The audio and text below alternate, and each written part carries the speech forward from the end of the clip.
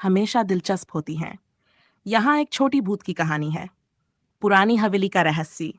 गांव के किनारे एक पुरानी हवेली थी, जिसे लोग डरावनी हवेली कहते थे। वहां कोई भी रात में जाने की हिम्मत नहीं करता था।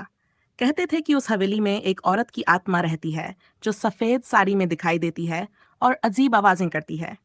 एक दिन 3 दोस्त, रोहित, अजय और सूरज ने तय किया कि वे उस हवेली में रात बिताएंगे और सच का पता लगाएंगे। रात होते ही तीनों टॉर्च लेकर हवेली में दाखिल हुए। हवेली अंदर से और भी डरावनी थी। छत से मकड़ी के जाले लटक रहे थे, खिड़कियां टूटी हुई थीं और अजीब सी आवाजें हर कोने से आ रही थीं। जैसे ही वे मुख्य हॉल में पहुंचे, उन्होंने एक खिड़की से सफेद परछाई को बाहर जाते देखा। तीनों के रोंगटे खड़े हो गए। डरते डरते वे परछाई का पीछा करने लगे। तभी अचानक खिड़की के पास से एक तेज चीख सुनाई दी। तीनों ने देखा कि एक औरत सफेद साड़ी में खड़ी थी, लेकिन उसका चेहरा नहीं दिख रहा था। अजय ने हिम्मत करके पूछा, तुम कौन हो?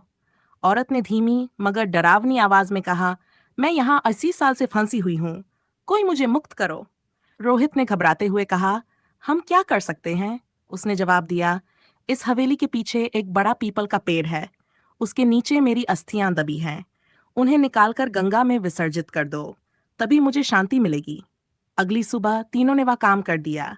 जैसे ही उन्होंने अस्थियां गंगा में विसर्जित कीं, उन्हें लगा जैसे हवाओं में एक शांत संगीत बज रहा हो। उस दिन के बाद वह हवेली कभी डरावनी नहीं लगी। गांव वालों ने इसे मुक्त हवेली कहना शुरू कर दिया और तीनों दोस्त हीरो बन गए। क्या आपको ऐसी और कहानियां सुननी है?